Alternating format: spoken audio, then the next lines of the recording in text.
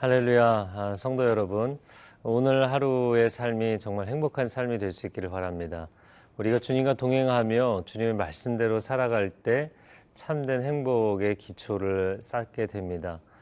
그러나 또 한 가지 중요한 것은 하나님이 우리에게 허락하신 가정이라는 공동체가 행복해야 정말 삶의 행복을 누리게 되는 것이죠. 전도서에서는 그것이 우리의 삶에 하나님이 허락하신 분복이다라고까지 표현했습니다. 만약에 우리 가정이 행복하고 건강하면 세상에서 유혹이 다가올지라도 그것을 이겨낼 수 있는 힘이 되는 것이죠.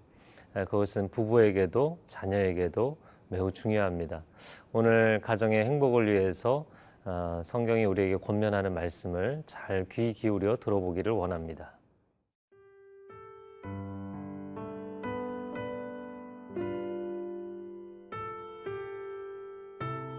고린도전서 7장 1절에서 16절 말씀입니다.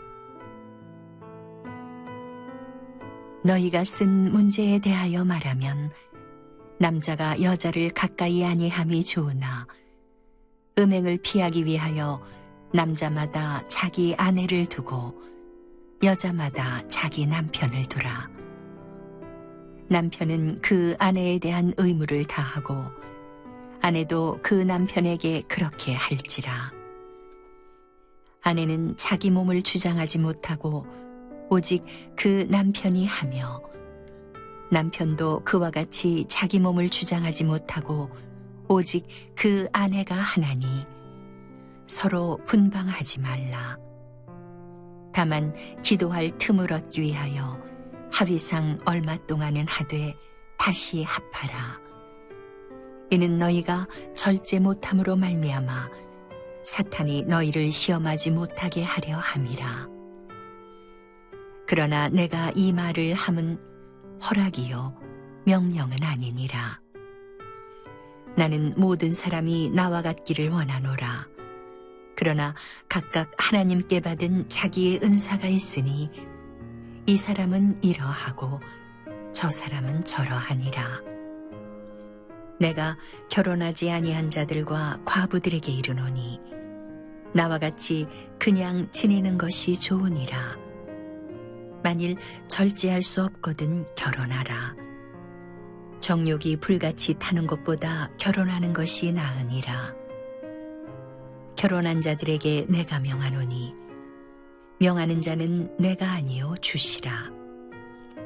여자는 남편에게서 갈라서지 말고 만일 갈라섰으면 그대로 지내든지 다시 그 남편과 화합하든지 하라. 남편도 아내를 버리지 말라.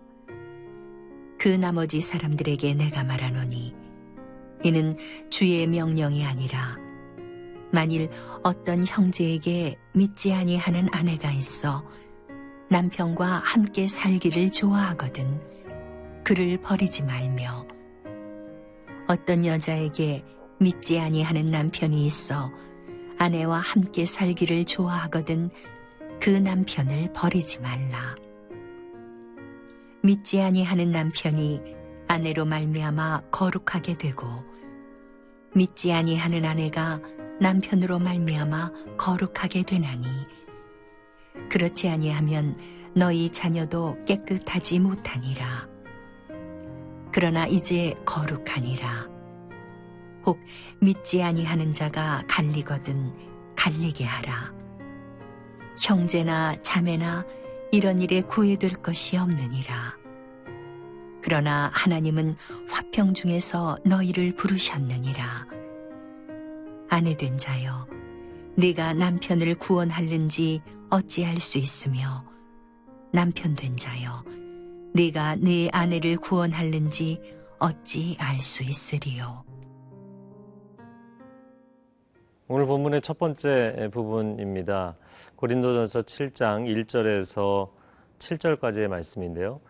성도의 결혼에 관해서 이야기합니다. 먼저 1절 말씀, 너희가 쓴 문제에 대하여 말하면 남자가 여자를 가까이 아니함이 좋으나. 사도 바울은 사람보다는 주님을 더 가까이 하라고 권면합니다. 또 결혼을 하는 것보다는 싱글로 하나님 앞에 단초점으로 주님만을 섬기는 것이 좋다고 권면하는 사람인 것이죠.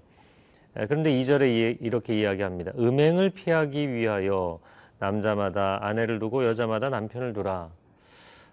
그래서 음행을 피하는 것이 결혼의 목적이라고 이야기합니다.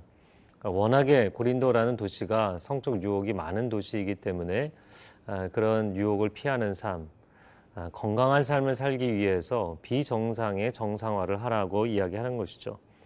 물론 결혼에 이런 소극적 목적만 있는 것은 아닙니다.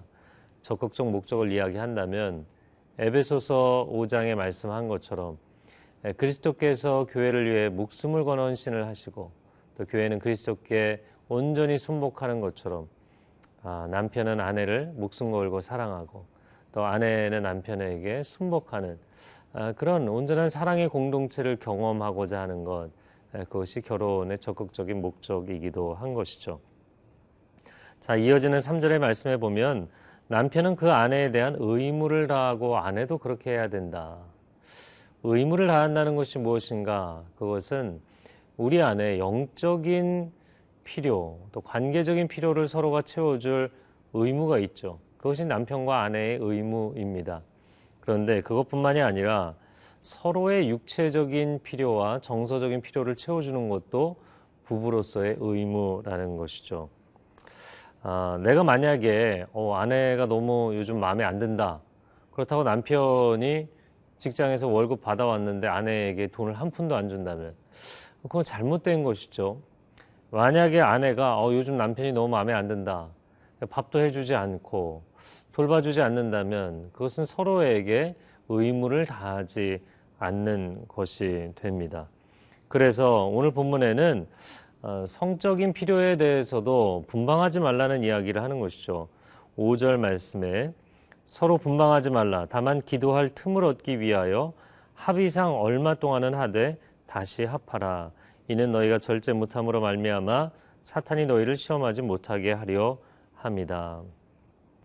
서로 분방하지 말라고 권면하는 이유가 무엇인가? 주님 앞에 내가 집중하고 기도하기 위해서 일시적으로 서로가 합의하에 분방은 할 수 있지만 그렇게 되면 서로가 서로의 육체적인 필요, 정서적인 필요를 채워줄 수 없다는 것이죠. 사람과 사람이 함께 살아가는 것, 많은 필요들이 있지만 그 중에서도 이런 정서적인 교감은 스킨십을 통해서 이루어지는 부분이 상당히 많은 것이죠. 그런데 서로에 대해서 내가 원하는 대로 되지 않는다고 또 자기 이기적인 이유 때문에 분방을 하게 되면 부부의 관계는 참 많이 어려워지고 서로가 멀어지는 일들이 생깁니다. 여러분의 가정은 어떤가요? 또 여러분 부부의 관계는 어떻습니까? 우리 스스로 이 말씀의 기초에서 정직하게 우리 자신을 평가해 볼 필요가 있겠습니다. 이어지는 7절의 말씀에 보면 나는 모든 사람이 나와 같기를 원하노라. 그러나 각각 하나님께 받은 자기의 은사가 있다 이야기합니다. 여러분 우리의 삶 가운데는 하나님의 부르심과 은사가 다 개별적으로 있습니다. 결혼을 해야 될 사람도 있고 또 독신의 은사를 가진 사람도 있죠. 그러나 독신의 은사를 오해하지는 마십시오. 자기 이익을 위해서 이기적인 이유 때문에 싱글의 삶을 선택하는 것인가? 독신의 은사라는 것은 주님을 위해서 전적으로 헌신하며 살겠다는 결단을 가진 사람들에게 해당되는 내용인 것이죠. 결혼을 한다면 그것은 내가 상대방의 필요를 채워주기 위한 헌신의 결단이 되어야 하고 또한 독신의 삶을 선택한다면 그것은 내가 주를 위해 전적으로 헌신하며 살겠다는 결단이 되어야 하는 것입니다. 이것이 주께서 우리에게 허락하신 계명입니다.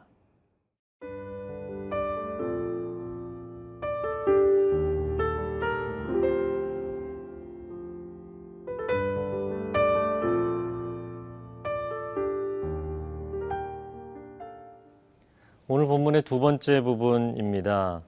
8절부터 16절까지의 말씀인데요. 이제 사도 바울이 성도들의 각 그룹에 따라서 다르게 권면을 해주고 있습니다. 첫 번째 그룹은 8, 9절에 나오는 미혼자들과 사별자들입니다. 8절 말씀에 내가 결혼하지 아니한 자들과 과부들에게 이르노니 나와 같이 그냥 지내는 것이 좋으니라.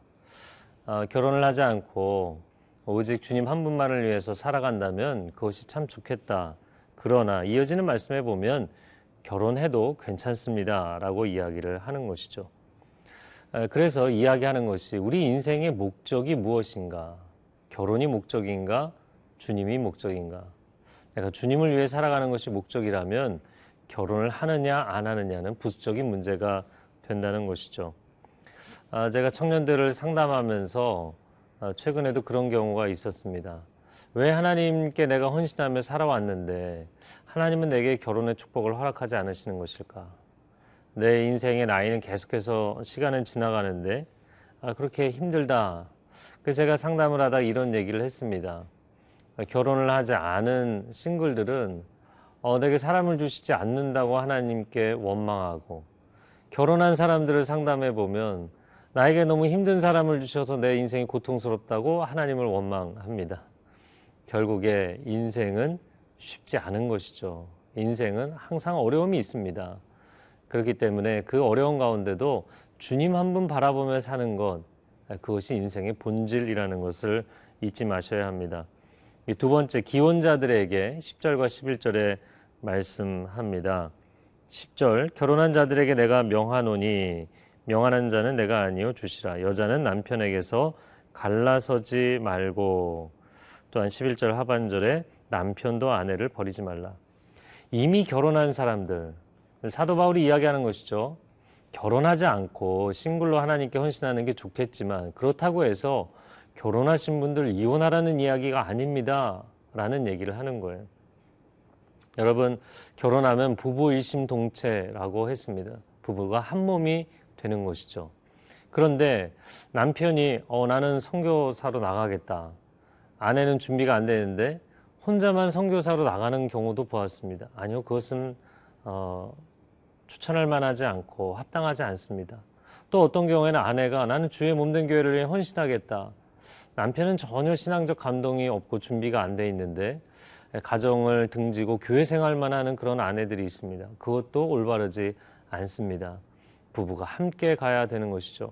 내가 주를 위해 산다 할지라도 가정이 온전하게 하나를 이루며 살아가는 것, 그것이 하나님이 원하시는 것입니다. 세 번째, 그 외의 사람들에게 12절부터 나머지 부분을 이야기합니다. 12절, 그 나머지 사람들에게 내가 말하노니 만일 어떤 형제에게 믿지 아니하는 아내가 있어 남편과 함께 살기를 좋아하거든 그를 버리지 말며, 여자의 경우에도 마찬가지로 그 남편을 버리지 말라 이야기합니다. 안 믿는 배우자란 무엇인가? 특별히 고린도라는 도시의 상황으로 놓고 보면 안 믿는 남편, 안 믿는 아내는 너무나 세속적이고 성적으로 자유분방한 삶을 살았던 사람들을 이야기하는 것입니다.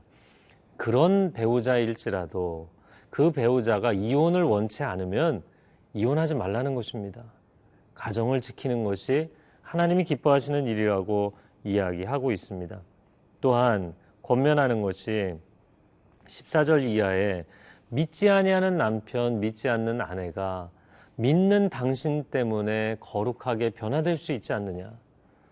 오늘날 선교지에도 헌신해서 나아가는데 여러분은 왜 그런 선교적인 마음과 비전이 없습니까? 라고 이야기하는 것이죠. 기억하십시오. 우리가 결혼하는 것은 단순히 행복을 위해서 하는 것이 아닙니다. 결혼은 헌신을 위해서 하는 것입니다. 내가 이 사람을 정말 행복하게 만들어주겠다는 헌신, 그리고 안 믿는 사람을 하나님의 사람으로 변화시키겠다는 선교적 헌신, 여러분은 가정의 선교사라는 것을 잊지 마시기 바랍니다. 함께 기도하겠습니다.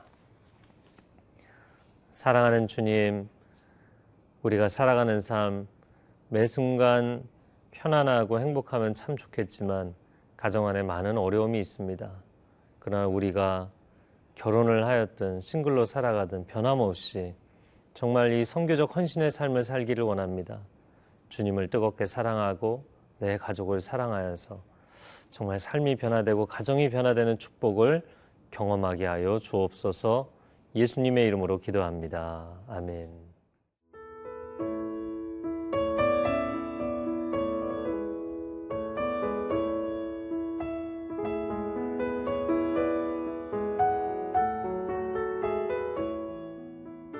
이 프로그램은 시청자 여러분의 소중한 후원으로 제작됩니다.